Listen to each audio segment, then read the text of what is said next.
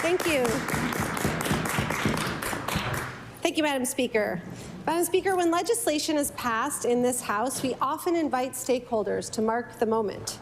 This is especially true when legislation has wide-ranging impacts or has been championed by advocates or community groups. But we have seen bills that get passed by this House fade into obscurity because governments never proclaim them. If a bill is passed but not proclaimed, does the Premier think that those same stakeholders deserve the courtesy of being informed?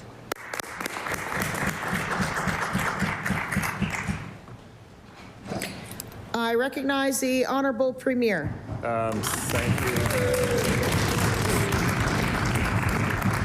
Thank you, Madam Speaker. When the Legislature makes a decision on a bill, I mean, I'm not sure which ones are proclaimed or which ones are not. I think our government has proclaimed the legislation that we've passed. But listen, the broader theme of the question is this government listens very carefully to Nova Scotians and take every step to respect Nova Scotians. When we make a mistake, we have the courage to say we made a mistake, and we'll continue to operate like that. We're only here in support of Nova Scotians. That's why we do everything we do, Madam Speaker. I recognize the Honourable Leader of the Official Opposition. Thank you, Madam Speaker. We have a law requiring criminal record checks and training for bouncers at bars in this province. It was passed, but it was never proclaimed. It was brought forward in 2010 after a young man died following an assault at a bar. His parents were here when it passed, and they were here to voice their concerns this week. The family only found out the law wasn't enforced after learning of another tragic, similar, preventable death, that of their son. Not only has the law been left unproclaimed, but it will soon disappear completely because of changes proposed by this government. Will the government enact this law so that no other family has to go through what this family suffered?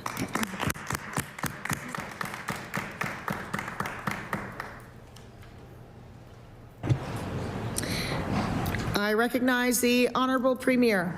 Thank you, Madam Speaker. And obviously, these are incredibly tragic situations for sure. Our hearts of all Nova Scotians go out when somebody's out with friends, you know, having a good time, and something tragic happens. Those are heartbreaking stories to hear. In the case of this piece of legislation, I think it was passed by the NDP. I'm not sure why the NDP didn't proclaim it. Then, of course, we had years of Liberal government. I'm not sure why they didn't proclaim it. My understanding is that when it came to our attention, the department worked to make some regulation changes and tried to meet the safety standards. But this is certainly an overall, it's just a tragic situation for everyone, for sure. I recognize the Honourable Leader of the Official Opposition.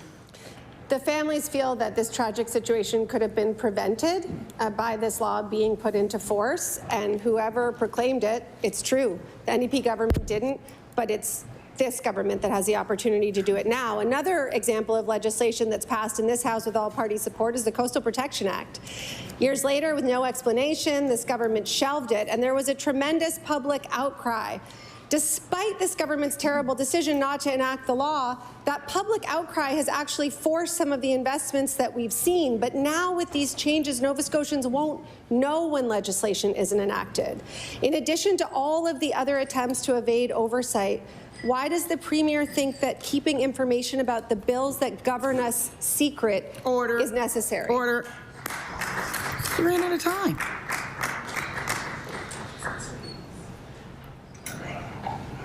I recognize the Honourable Premier. Thank you, Madam Speaker. And certainly it was no secret that we were not going to proclaim the Coastal Protection Act. To insinuate that was a secret would be false. We are not proclaiming the Coastal Protection Act. It will not happen under our government. We made that clear before the election.